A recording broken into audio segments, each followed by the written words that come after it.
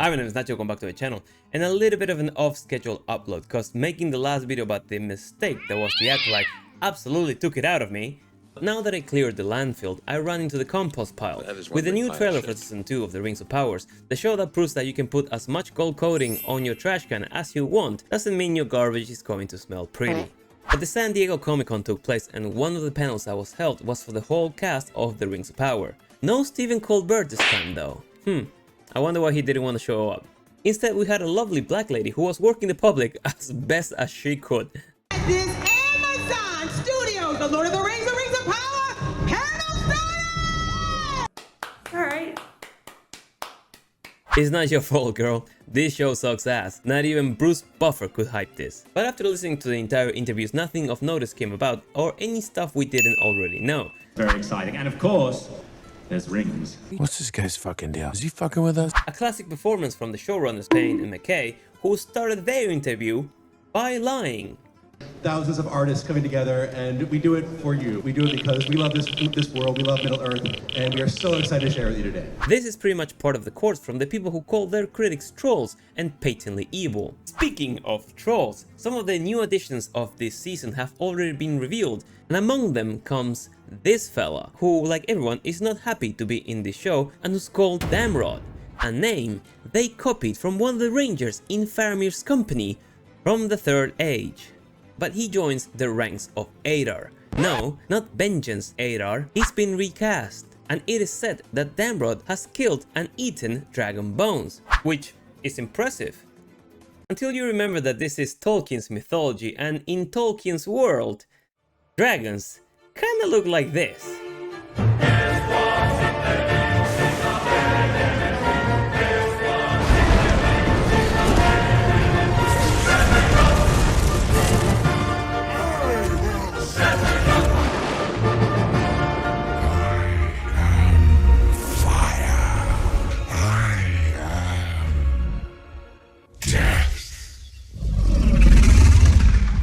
Calagon the Black was so big, he altered the weather every time he showed up. So you're telling me that Mr. I got called in for work on my day off killed one of his cousins and ate his bones? Bullshit. But let's just say that he did. How do we know that he knows what a dragon is? Cause let's be honest, trolls are not exactly famous for their intelligence, much like the showrunners. Maybe he killed a Harfoot with papier-mâché wings, in which case I would consider that an act of kindness.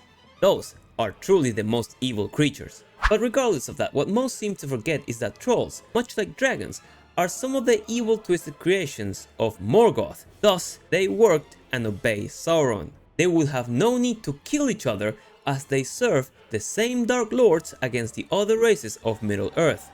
Plus, the trolls in the original trilogy were much bigger and looked actually excited to be there. Other unpleasant surprises that are included in the new season that I'm sure will not live up to the tale is Tom Bombadil, who looks fucking sad. One of the most colorful and honestly powerful characters in the Lord of the Rings looks like he regularly drinks at noon on weekdays, and will probably help the stranger in his path to discovering his name, which according to McKay will be finally revealed at the end of the season. We already know who he is. We've known since before season 1 premiered. Why is he acting like this is such a big announcement? Unless they bait and switch us and it's actually Saruman, in which case it would be a bigger insult to Tolkien's legacy and the memory of Christopher Lee. But I wouldn't put it past them though, because these people have no respect. But I watched the trailer and let me tell you, I didn't know I could feel this apathetic about something related to the Lord of the Rings. From the beginning, it's almost 4 minutes long. Trailers are meant to be a taste of things to come. 2 minutes, maybe 2.5 minutes is enough. But this, I'm going to assume, is entree, main dish, dessert, and probably that coffee you have at the end when you're just talking shit with the person across the table. You gotta remember that these people have no talent, so they don't know how to hype things up. So they have to show you the whole butthole like those OnlyFans chicks to convince you to watch their stuff. Anyways, the trailer begins with narration from the main dude of the show, Galadriel, talking about how Sauron is off to conquer Middle Earth and how he's gonna use the rings as a means of control. By bending the minds of all its peoples to his own. And for that he needs not armies. No! But rings. which is kinda true. But we're not even 30 seconds into the trailer that I've already paused, shake my head, and said, why are they framing the Elvish rings as if they were Sauron's work? The 3 rings were made by Celebrimbor in secret, with none of Sauron's interference, which was already heavily contradicted at the end of the last season, where the master blacksmith of the elves had to be taught how to mix metals by a random dude from the south. And now they're making it look like all the rings are needed for Sauron to become whole, as if he was Cell absorbing the androids. The rings were a meme from which Sauron extended his influence and later corrupted the wielders with the control of the One Ring.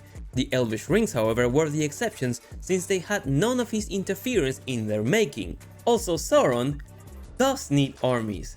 He has to defeat the other races, that's how war works. The rings are but a necessary accessory to his plans to control Middle-earth. But the writing of that lines reminds me of a nice little show on Netflix called Resident Evil. Terrible show, by the way.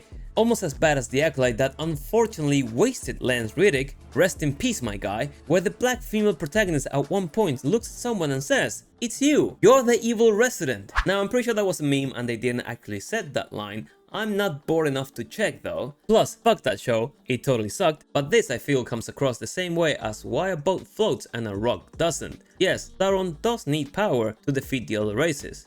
Yes, the rings do provide power. So he needs the rings of power. Roll credits. Why are you name dropping your own show 30 seconds into the trailer? Great schoolers can write better than this. But let's move on. In choosing. Well, that was quick. If the point of the shot is to highlight the Elvish rings, don't have 2 of your 3 main characters wearing a single ring and the third one looking like Tom Brady in 2021 blinked out of his mind with a piece of jewelry on each finger. For the people who are new to this is the ring that you need to focus on. All the other ones don't do shit, thus don't belong in the shot. You have all become his collaborators. No, because again, Sauron had nothing to do with the making of those rings, and they don't affect the elves like the other rings do. I know you believe this ring is deceiving me, but I believe it is guiding me. Guiding you where? Towards Sauron? Oh yes, I forgot, because this is a feminist show written by people who look like lesbians, and there has to be some shipping afoot, and apparently Galadriel will have it going on with Sauron, making them Sauladriel? Galadriel? One of them sounds like a fishy snack and the other one's like a shit transformer. The super fans are gonna be frothing over this. These rings may be how he attains power. Again, now, Sauron is powerful. He's the embodiment of evil. The rings extend his power and corrupt whoever wields them. The Elvish rings, however, don't do that. And I'm pretty sure you understand why at this point. We will discuss the rings once you have answered the question. Who is this man? I'll do you one better. What if a woman? He is no man. Oh, fuck off. He deceived me. You deceived your own damn self, girl. But to be fair, the writers didn't give any hints that he was actually Sauron until the last episode, when he was suddenly very interested in the making of rings. Celebrimbor continues being a fucking idiot with boring tunics. What am I to call you? A sharer of gifts. Giver of gifts, Lord of gifts will also be fitting. That's what Anantar means. But because these people don't have the rights to shit and have to walk on eggshells to avoid getting sued by the Tolkien state, we'll call him Sharon of Gifts, which sounds fucking stupid. I have walked across mountains and deserts to help my friend find his destiny. You mean Gandalf. His name is Gandalf. You can call him Gandalf. We know he's Gandalf. Unless that's another lawsuit they're trying to avoid by calling him the Stranger, but we know he's Gandalf. Also, someone pointed out that this show and The Acolyte both have characters named the Stranger. I guess talentless idiots do think alike. Is it my task to stop the fire? Oh yeah, so Gandalf eventually ends up with Narya, which is one of the Elvish rings, which you guessed it, it's known as the Ring of Fire. The Ring of Fire, the Ring of Fire. Might lead to an even greater catastrophe. You guys remember Balrogs, right? Look, we got Balrogs too. Why don't you like us like you do Peter Jackson? Father, take off the ring. This scene is even more stupid once you realize that every King Durin is effectively the same person reincarnated, Durin the Deathless. So father and son Durin would be the same guy. In which case, why would they disagree on anything? I'm afraid. I'd be afraid too for my acting career if the only things I have to show for are this show and 26 episodes as Captain Hey-Ho. Will you abandon them to their doom? Fuck me, you look boring as shit, Bombadil. This is literally the happiest chap in all of Middle Earth, and they quoted him in their bullshit end of the world, I'm just here for exposition shit. No, what have you done to me? Oh, relax, Celebrimbor. Go on and try on one of your other boring tunics. Leave Sauron to me.